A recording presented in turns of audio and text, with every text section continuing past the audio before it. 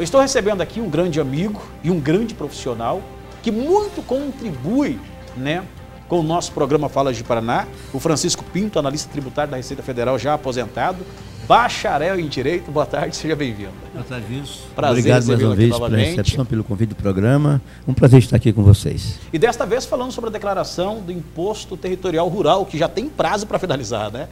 Exato, Wilson. O prazo do ITR começou no último dia 13 de agosto, vai até o próximo dia 28 de setembro, às 23 horas e 59 minutos, horário de Brasília. Então, o rondoniense tem que estar atento. É uma hora menos aqui, né?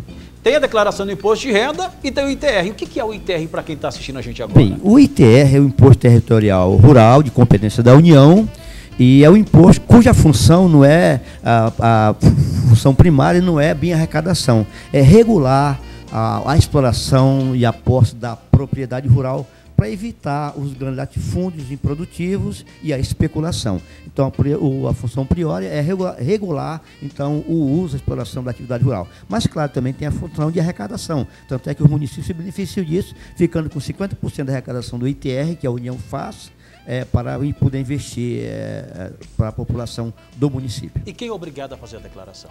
Estou obrigado a declarar o ITR, a toda pessoa física e jurídica, inclusive a de direito público, que tem a propriedade ou a posse de imóveis rurais.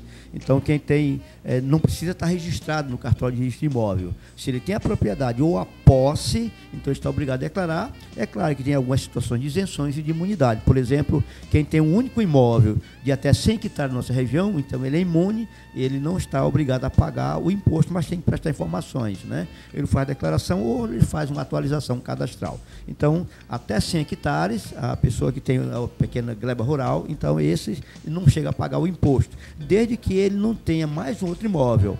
Se ele tiver uma pequena gleba rural, tiver mais um imóvel rural pequeno ou imóvel na cidade, então ele perde a imunidade. Entidade sem fins lucrativos que tem imóveis, tem que declarar também? Também tem que declarar, mas não fica sujeito a pagar o imposto, desde que esse imóvel seja utilizado para suas finalidades, né, institucionais. Por exemplo, uma entidade que tem um grande imóvel que ele usa aí para recuperar dependentes químicos, por exemplo. Então, se ele usa exatamente nessa atividade, não usa desvio de função, então tem a imunidade, então declara, mas não paga o imposto. No caso do imóvel arrendado, o arrendatário que faz a declaração? Questão muito interessante, né? Na nossa região, em todo o Brasil, se tem explora o imóvel através de arrendamento ou de aluguel. Então, vamos imaginar nós dois, você tem um imóvel e eu trabalho, você me arrenda esse imóvel, eu alugo. Quem tem que declarar é você. Outra situação, vou imaginar que você me chama para trabalhar em parceria.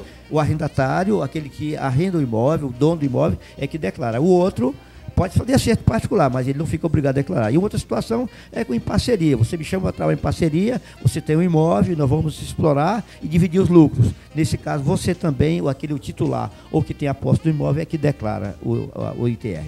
Quem perdeu o imóvel para a justiça ou foi desapropriado, é obrigado a declarar? Sim, muitas vezes a pessoa esquece, acha que não precisa. Exatamente. Vamos imaginar que a situação vigente para efeito do ITR de 2018 é aquela em 1º de janeiro do ano em curso. Se ele perdeu por alguma razão o imóvel de lá para cá até o último dia útil para entregar a declaração, nesse caso ele continua obrigado a prestar conta sobre o ITR.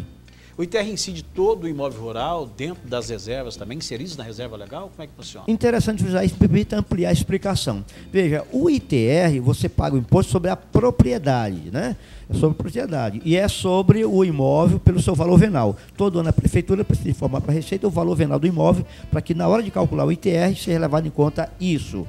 Mas veja só, a incidência é só sobre a área cultivável. Vamos imaginar que você tem 1.000 hectares e 500 hectares ali engloba a reserva legal, reserva permanente, dentre outras situações. Essa parte, essa fatia do imóvel não entra na tributação, desde que o cidadão, o titular desse imóvel, declare todo ano, de janeiro ou também setembro, o ato declaratório ambiental, chamado Isso ADA. Isso é cartório? Não. Não. Esse pela internet para o IBAMA. Então, ele declara para o IBAMA aquela situação através do chamado ADA, ato declaratório ambiental. Se ele não fizer isso, ele não vai poder excluir da tributação essa parte da reserva legal e da reserva permanente. Agora, imóveis rurais que estão em perímetro urbano, entra nesse processo de declaração? Veja só, a legislação da Receita Federal diz que o que é imóvel rural para efeito de ITR? Aquele imóvel rural utilizado nessa atividade agropecuária, atividade rural, né, agricultura, fora do limite do perímetro urbano. Se ele está no perímetro urbano, aí não seria ITR, seria IPTU. Entretanto, essa questão é meio controvertida quando se vai discutir isso em outros âmbitos. Mas, para a legislação da Receita, ele tem que estar fora da zona urbana. Se estiver na zona urbana, aí não seria ITR. É bem cultural alguns brasileiros deixarem tudo para a última hora. E aí envia com erro. O que fazer? Tal qual o IRPF, o Imposto de Renda da Pessoa Física, se transmitiu a declaração do ITR com erro, é só corrigir, através do backup, através da cópia, acerta a situação e transmite uma chamada declaração retificadora. Mas atenção, não esqueça do número do recibo da declaração que você transmitiu e que você pretende retificar. Esse número é indispensável para você conseguir transmitir para a internet a declaração retificadora. É só retificar, claro, o quanto antes, porque se ele esperar algum tipo de procedimento fiscal sobre essa declaração de ITR, ele não pode mais retificar. Eu esqueci de fazer a declaração. Aí, multa por atraso na entrega. Então, assim também como o imposto de renda, existe multa por atraso na entrega da declaração do ITR. Essa multa é mínima de R$50 e a base de cálculo é o imposto apurado na declaração. Mas vai que o imposto é muito baixo ou então ele não apurou o imposto. Ainda assim, ele vai ter a multa por atraso mínima de R$50. No imposto de renda normal, as pessoas podem fazer dedução para ajudar entidades. No ITR? Não há essa hipótese. É só até parabéns pela divulgação aqui da TV e também a todas as entidades que estão estimulando aqui os contribuintes da região a doar o imposto de renda em favor do Estatuto da Criança e do Adolescente. O Fundo Municipal de Paraná recebe e destina esse recurso para as entidades assistenciais. Eu também, nosso Cine Receita, também, do qual sou secretário de Finanças aqui em Rondônia, estimulamos a fazer isso aqui em base no Estado e em todo o país. Doar imposto de renda através da declaração, naquele período de janeiro até abril, ou durante o ano. Porém, nesse caso, a doação deve ser feita diretamente para o fundo, pega-se um recibo para depois poder abater do imposto de renda. ITR não há dedução.